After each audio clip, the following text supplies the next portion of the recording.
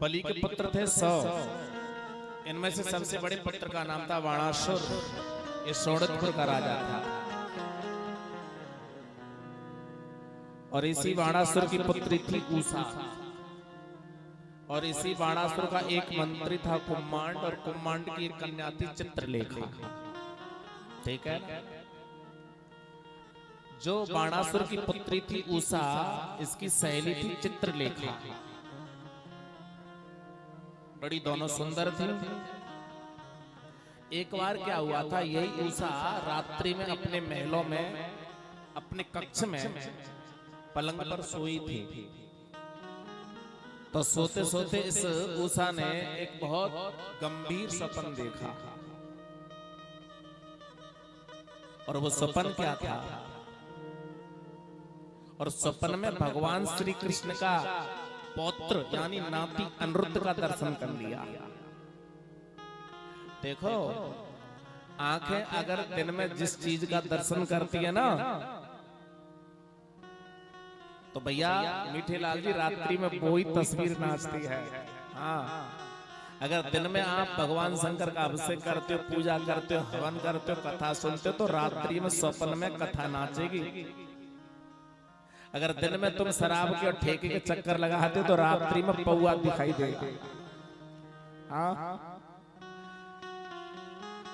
भाई, आंखें जिस चीज का दिन में चिंतन करती हैं, वही तो रात्रि में पिक्चर बन के चलेगा। तो इस कथा में पिक्चर का, फोटोग्राफी का काम कौन करती थी?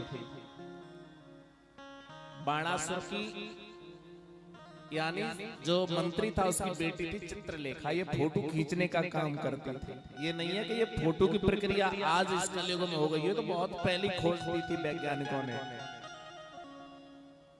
ये तो बहुत पीछे की बात है। अभी तो 15-20 वर्ष हुआ है कि फोटो खींच लेते हैं कैमरे से, मोबाइल से।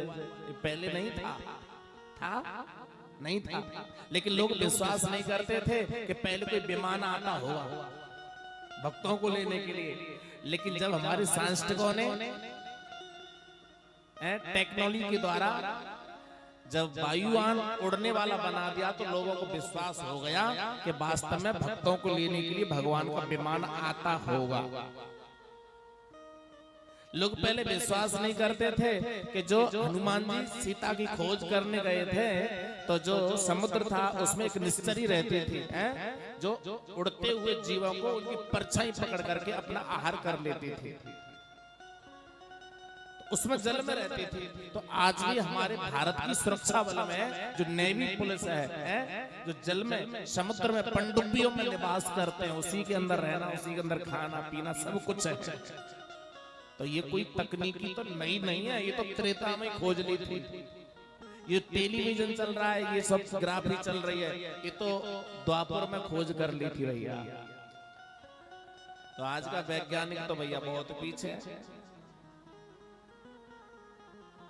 और भैया अर्जुन के पास में वो बाण था, महाराज के गंगा को प्रकट कर दिया था। भीष्म जी कुरुक्षेत्र में पड़े थे, गंगा मां वहीं प्रकट हो गई। तो ये थी है द्वापर युग की बात, जो कि महाराज चित्रलेखा फोटो खींचने का काम करती थी। जब उस उषा की आंखें खुली, चेहरा पर खुशी नहीं थी, मुस्कान नहीं थी, तो कहने लगी, बहन बात क्या है, दुखी क्यों है?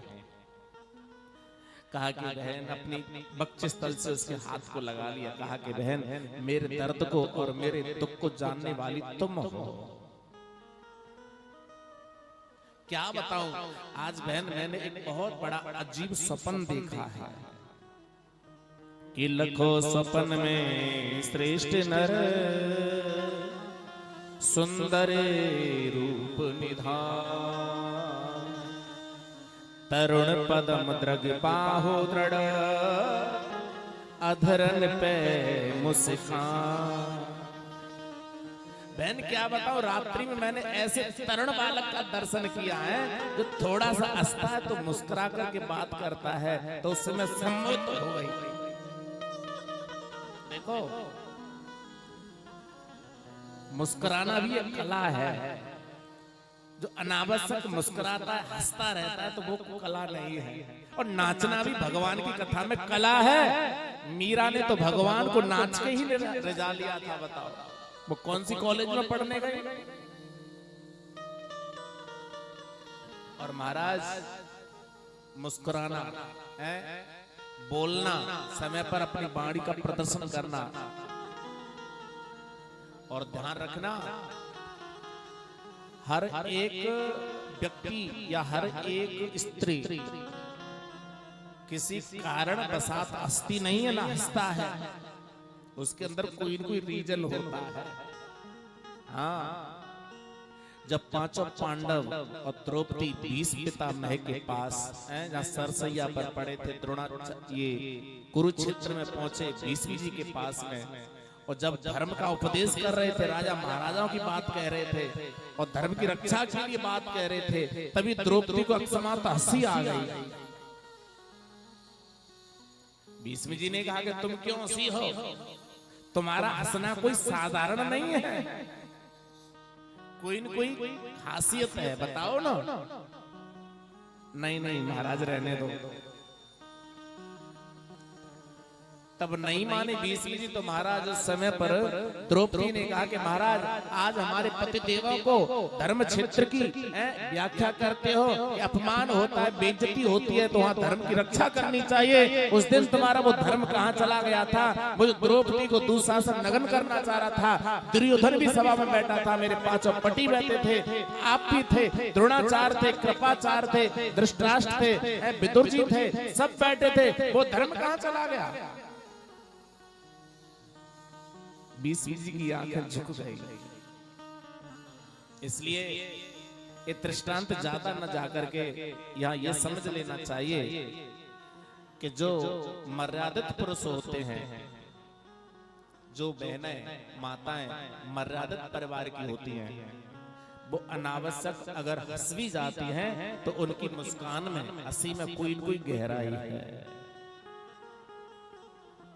मुस्कुराना भी एक कला है कि लखों स्वप्न में श्रेष्ठ नर सुंदर रूप निधान, तरुण पदव दृग बाहु दृढ़ अधरन पे मुस्कान। तरुण शरीर है, बहुत बड़े सुंदर भुजाएं हैं, और उसके चेहरे पर, होठों पर मुस्कुराहट है। चित्रलेखा कहने लगी, बहन क्यों दुखी होती है, दुनिया में कहीं पर भी किसी भी कोने में अगर ये रूप मिलेगा ना तो मैं उसको खींच के लाऊंगी। और महाराज ये चित्रलेखा गई, फोटो खींच के लाई। यहाँ तक है कि महाराज ये द्वारकापुरी तक गई। दैत्य, यक्ष, मनुष्य, दानव, विद्याधर, गंधर्व, सूरसेन, वसुदेव, बलराम, कृष्ण, प्रद्युम्न, सब फोटो खींच के सामने पटक दिए। बोल कोई पसंद आया? बार बार कृष्ण के पुत्र प्रद्युम्न पर उषा की नजर ठहर जाती, कहने लगी, बहन हाँ कुछ मिलता जुलता सा है, लेकिन ये नहीं है। चित्रलेखा कहने लगी, बहन ये तो प्रद्युम्न का पुत्र अनिरुद्ध है,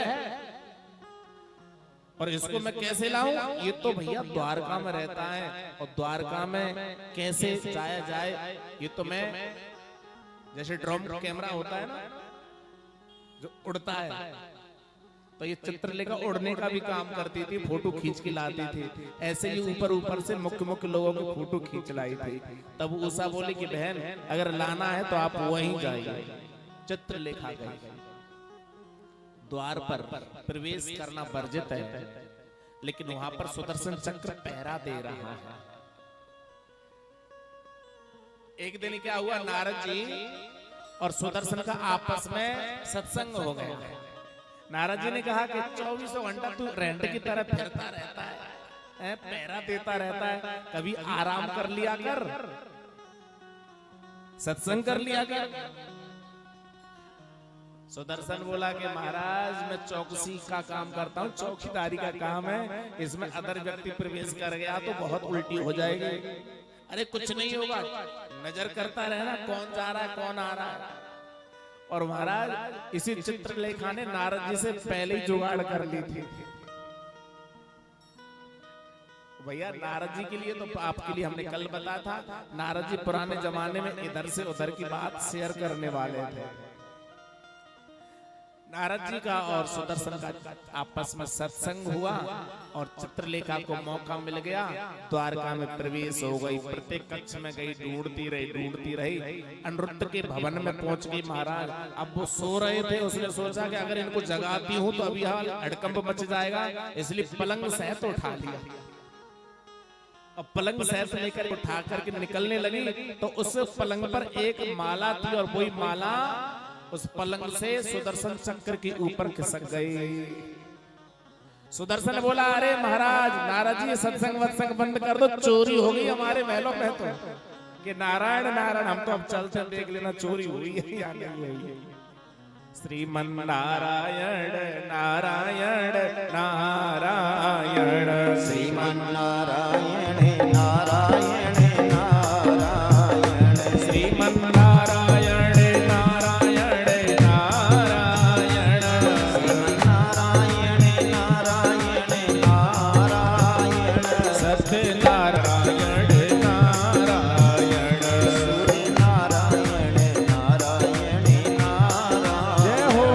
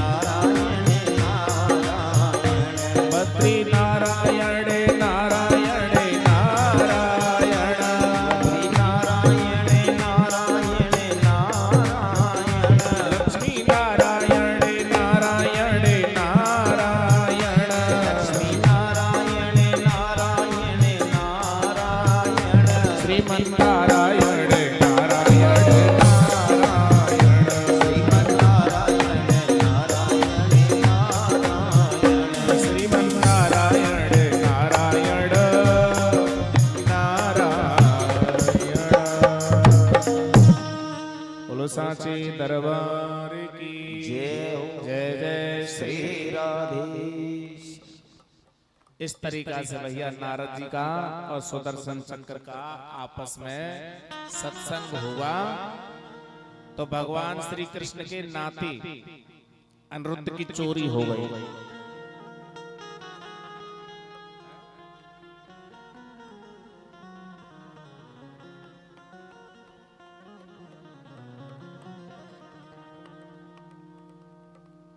यहां पर इनका सत्संग बंद हो गया।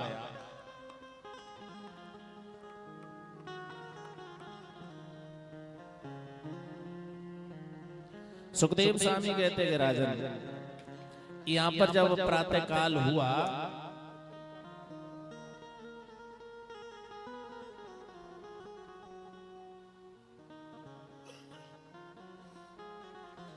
से दरबार की। भैया इस व्यासपीठ पर हमारे कमलेश भैया ने जो ट्रैक्टर कंपनी में जो काम करते हैं इनके लिए बहुत बहुत शुभकामनाएं और आशीर्वाद। तो यहाँ पर प्रातःकाल भगवान को मालूम पड़ा कि हमारे इस द्वारका में चोरी हो गई है ना। तो मालूम पड़ा कि किसकी चोरी हुई है, देखा कि अनिरुद्ध की चोरी हो गई है। इसलिए भगवान तुरंत कहां आए, बाणासुर के यहाँ पर शोणितपुर नगरी में। दोनों में भयंकर युद्ध हुआ और जो बाणासुर था ये भगवान शंकर का भक्त था। भगवान शंकर ने इसको वरदान दे रखा था कि दुनिया में तुझे कोई नहीं मार पाएगा, जिस दिन तेरे महल की जो ध्वजा झुक जाएगी समझ लेना उस दिन तुझे परास्त करने वाला हो जाएगा। लेकिन आज उसकी ध्वजा झुक गई, भगवान युद्ध करने के लिए पहुंच गए, दोनों में युद्ध होने लगा। बाणासुर थक गया, भगवान शंकर को याद किया, प्रभु रक्षा करो। भगवान शंकर त्रिशूल लेके पहुंच गए। अब भगवान शंकर अपने भक्त की रक्षा करने के लिए महाराज भगवान कृष्ण के साथ में युद्ध करने लगे। ब्रह्मा जी प्रकट हो गए, है ना, कि आप युद्ध मत करो, हम एक ही माँ भगवती की संतान है, आपस में क्यों लड़ते बैठते हो। जो होना है वो तो हो गया, छोटे छोटे बालक हैं, कोई बचपन में गलती हो जाती तो हो गई। तुम्हारी बेटी उषा ने कृष्ण के पुत्र यानी नाती से प्रेम कर लिया तो हो जाने दो, इनको साथ में ब्याह कर दो, भलाई है। इसलिए कभी कभी भाई झगड़ा विवाद हो जाता है तो उसको बैठ करके समझौता कर लेना चाहिए, ठीक है ना।